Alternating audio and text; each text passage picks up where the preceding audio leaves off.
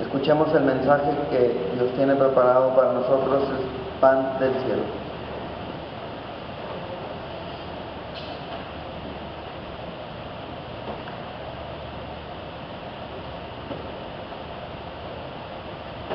Quiero invitarles a que elevemos una oración al Señor para que esta mañana su palabra pueda ser eficaz en nuestras vidas y cumpla su propósito para el cual es enviado.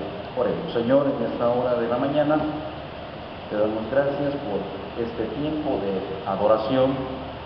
Podemos prepararnos para escuchar tu palabra y estar atentos, Señor, a tu voz. Abre nuestros ojos para mirar las maravillas de tu palabra y para escuchar, Señor, también con atención tus preceptos. Aquí estamos, Señor, con ese propósito. Te pedimos entonces que hables a nuestras vidas. En el nombre de Jesucristo oramos. Amén. Amén. La semana pasada hablamos del capítulo número 14 del mismo libro de Éxodo, y el énfasis estaba en función de continuar. Hay que avanzar en nuestro peregrinaje, aun y cuando a nuestro alrededor hayan circunstancias difíciles o adversas. Aun y cuando desde nuestra perspectiva no hay salida, no hay opción. El mar rojo frente a ellos, los egipcios atrás del pueblo y las montañas rodeando al pueblo. Sin embargo, Dios ya había determinado el plan a seguir, la ruta por la cual ellos iban a peregrinar. Y entonces cruzaron el mar rojo en seco. Y la gloria de Dios se manifestó en el pueblo, pero también al destruir a los egipcios, porque Dios había dispuesto de esa manera. Continúa el peregrinaje. Continuamos con el itinerario del pueblo de Israel saliendo de Egipto. El capítulo 16 lo vamos a considerar en esta mañana y también el próximo domingo, primeramente el Señor. Y nuestro itinerario entonces ahora nos lleva al desierto de Sin, que se encuentra entre Elim y el Sinaí. Parece que para este momento, para el capítulo 16, hay un nuevo horizonte para el pueblo de Israel. Además, en el capítulo número 20 nos van a presentar el Sinaí. De tal manera que en el peregrinaje del pueblo de Israel, el nuevo horizonte que se abre es encontrarse en el Sinaí, en donde van a recibir las tablas de la ley. Ha quedado atrás Egipto, los egipcios, han visto las maravillas y ahora siguen hacia el Sinaí. Sin embargo, a través de nuestra lectura nos enteramos que el pueblo en su peregrinaje murmura contra Dios, se queja de las circunstancias que le rodean. Otra vez podemos encontrarnos con un pueblo que se queja. Dios en su soberanía los lleva por el camino que Él mismo ha trazado. El camino del peregrinaje es el que Dios ha propuesto. Hacía un mes aproximadamente que habían salido de Egipto. Seguramente las provisiones ya se habían agotado. y comienzan a dudar, comienzan a murmurar, comienzan a sentirse inseguros, dudan de la fidelidad de Dios, aun y cuando estaban viendo la gloria de Dios todos los días en la nube y en el fuego de noche. Ellos sabían que Dios estaba con ellos, pero aún así dudan, se quejan y murmuran. Ya en el capítulo 15 también habían murmurado y se habían quejado en relación con el agua. Y vieron la respuesta de Dios. Quizá encontraron la queja como un mecanismo, como un recurso para poder acercarse a Dios y recibir una respuesta rápida. En esta queja, de manera especial, los israelitas empiezan a recordar la cantidad de comida que tenían en Egipto y la carne que comían. Seguramente estaban exagerando en cuanto a la abundancia de comida que habían tenido en Egipto y que ahora anhelaban tener. Aquí es cuando yo quiero hacer una reflexión, porque la memoria del pueblo es una memoria muy corta, pero además es una memoria falsa.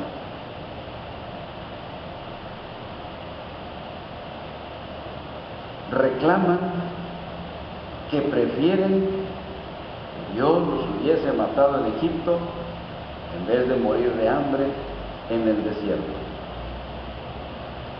Alguien dijo, no hay nostalgia peor que añorar lo que nunca existió. Por eso es que estoy pensando en falsa memoria. Y la falsa memoria se convierte en un ancla tremendo que impide avanzar. Hay una visión romántica de un tiempo de servidumbre, de explotación,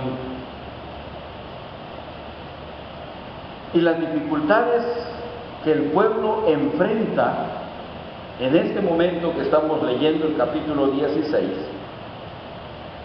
esas dificultades llevan al pueblo a tener una memoria falsa, una memoria engañosa de ese pasado en relación con Egipto. Y la queja no tan solamente está en función del pan y el agua, porque ellos además habían experimentado la bendición de recibir las maravillas de Dios. Entonces, la queja de Israel no tan solamente está en que se supla el pan y el agua, sino que la queja de Israel tiene un deseo implícito de abandonar el proyecto de liberación, de regresar a Egipto, cuando están exagerando en relación con la comida y todo lo que existía ya, pero la memoria falsa les olvida en relación con servidumbre, explotación. ¿Por qué hago esta reflexión? El llamado es a crecer como iglesia. El llamado es a desarrollar nuestra vida espiritual. Pero el llamado es a abandonar todo lo que tiene que ver con el Egipto. ¿Por qué? Porque de lo contrario se convierte en un ancla que impide que podamos avanzar, que impide que podamos crecer, Estamos anclados en algo que es engañoso, en algo que es temporal, en algo que no está en conformidad con la voluntad del Señor. Y cuando eso sucede, aun y cuando estemos viendo la gloria de Dios, aun y cuando estamos viendo el poder de Dios manifestado de manera diaria, de manera continua en nuestras vidas, lo que sucede es que no estamos involucrados en el proyecto de liberación de parte de nuestro Dios. O queremos abandonar ese proyecto. El proyecto de liberación del pueblo de Dios incluye llevarlos a la tierra prometida. Incluye hacerlos más que vencedores. Incluye hacer un pueblo que conquista, que triunfa y que sabe derrotar al enemigo, a las adversidades, al pecado, a las tentaciones. Pero mientras se tenga una falsa memoria, una engañosa memoria, estaremos anclados en esas condiciones y no nos ayuda a crecer y abandonar lo que no está en conformidad con la palabra del Señor. Veamos entonces este contexto en este evento. Israel ha visto la gloria de Dios. Israel está consciente del acompañamiento que Dios hace con ellos. Israel ha pasado por el Mar Rojo. A Israel le han dado agua en el desierto. Más que pan, más que agua. Lo que está implícito en el corazón de Israel es el deseo de abandonar el proyecto de Dios. Y se manifiesta entonces en la murmuración. De esto vamos a hablar un poco más el próximo domingo. Se manifiesta en la parte de la queja. La queja es común del ser humano. Y la queja, de manera regular, sirve para llamar la atención y culpar a otros. Culpan a Moisés, culpan a Aarón, incluso culpan al mismo Dios. Tiempo después, Deuteronomio capítulo 8, versículo 3, Dios va a recordarles cada episodio, y Deuteronomio capítulo 8, versículo 3 va a decir: te humilló y te hizo pasar hambre, pero luego te alimentó con maná, comida que ni tú ni tus antepasados habían conocido, con lo que te enseñó que no solo de pan vive el hombre, sino que de todo lo que sale de la boca del Señor. Por eso es que en este pasaje histórico no tan solamente debemos observar el pan material, no debemos tan solamente observar cómo Israel sacia su hambre, sino que está implícito también el pan espiritual, la necesidad más profunda del hombre, el hambre espiritual. Claro que Israel solamente está pensando en la parte material, solamente está pensando en satisfacer sus necesidades del momento, pero después el Señor en Deuteronomio va a decir: te enseñé que no solo de pan, no solo de maná vivirá el hombre, sino de la palabra que sale de la boca de nuestro Dios. Por eso es que estamos diciendo esta mañana que la queja no tan solamente está en que se supla la necesidad del cuerpo, porque ellos han sido testigos de cómo Dios suple la necesidad del cuerpo, y cómo Dios suple la necesidad del momento. Pero aquí hay una lección que tiene que ver con la vida, que tiene que ver con lo espiritual. Y el Señor quiere dar esa lección. Bueno, la queja daña y es desagradable ante los ojos de nuestro Dios. Y desde luego que cuando el hombre se queja, pues es un malagradecido, porque solamente está enfocándose en este momento y se olvidan de la profundidad de las maravillas de la gloria de nuestro Dios. Pero aún así, el Señor en su misericordia, el Señor en su bondad, desciende para otorgarle un regalo especial a este pueblo: codornices. Una vez más, podemos nosotros contemplar el poder de Dios sobre los elementos de la creación, porque Dios mismo dirigió esa cantidad de codornices. Él mismo las creó de donde no había, para alimentar a esa cantidad inmensa de gente. Mientras aún hablaba Aarón, miraron al desierto y vieron la gloria de Dios. Día tras día, Dios mostró su poder, su gloria y su fidelidad para con este pueblo. Día tras día, Dios muestra su fidelidad para con nosotros. Día tras día tenemos que ver las maravillas del Señor. Somos testigos de las bondades, del poder, de la gracia de nuestro Dios. Comenzando con el nuevo nacimiento. Recordemos que hay que acompañar este pasaje bíblico con los eventos también de carácter espiritual. Su gloria es evidente en nuestras vidas en todo tiempo. No vivimos una vida de casualidad,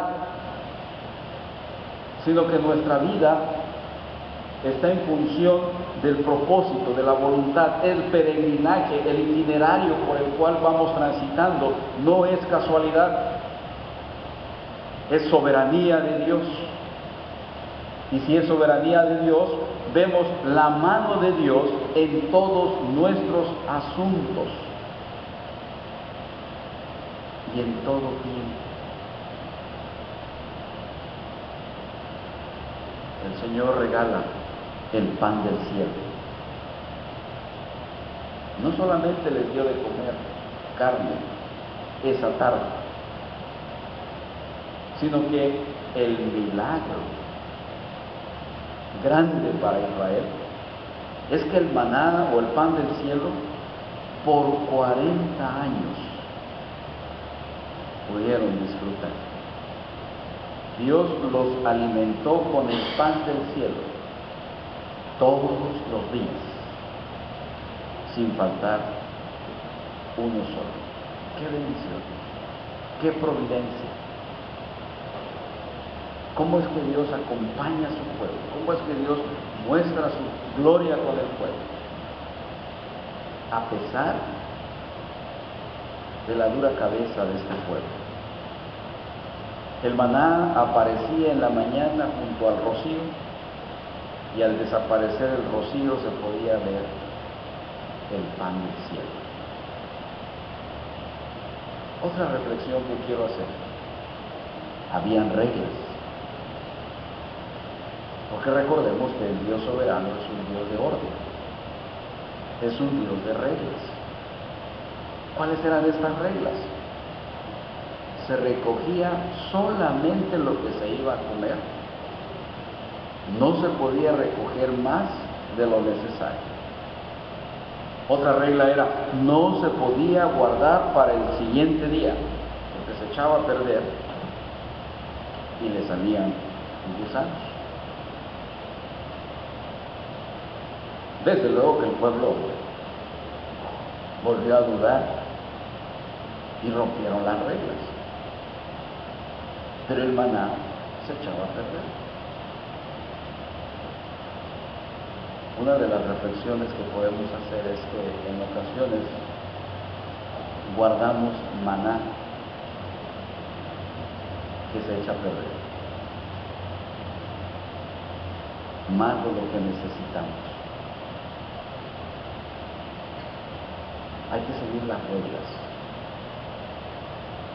celestiales, porque aun y cuando desconfíes de la gracia de Dios, desconfíes de la providencia de Dios, y quieras guardar maná para el día siguiente, se echa a perder. Basta a cada día su propio afán. Y es una evidencia de confiar en la providencia continua y permanente de nuestro Dios. Desde luego que el viernes se recogía doble para el viernes y para el día de reposo. Y entonces Dios milagrosamente preservaba el maná recogido el viernes. Ahora sí no se echaba a perder. Ahora sí duraba hasta el siguiente día. Pero solamente el maná recogido el viernes duraba el doble. Dios sustenta, Dios protege, Dios cuida a los suyos. Qué interesante. El peregrinaje del pueblo, acompañado de la gloria de nuestro Dios. No tomar a Dios en serio, no escuchar sus ordenanzas y su reglamentación, es no creer en Dios, lo que le llaman ahora el ateísmo práctico. Porque solamente se cree en Dios de manera conceptual, pero no en la práctica. Porque dudo en la práctica, me falta fe, surge la queja. No solamente el pueblo se había quejado por hambre, sino que después de recibir las codornices y saciar su hambre, reciben el maná, el pan del cielo, y rehúsan algunos obedecer a las reglas de nuestro Dios. Y aunque no obedecieron guardando para el siguiente día, era una falta de confianza, era incredulidad. Pero ¿cómo? Si eran testigos de la gloria de Dios todos los días, ¿por qué no podían creerle y obedecerle?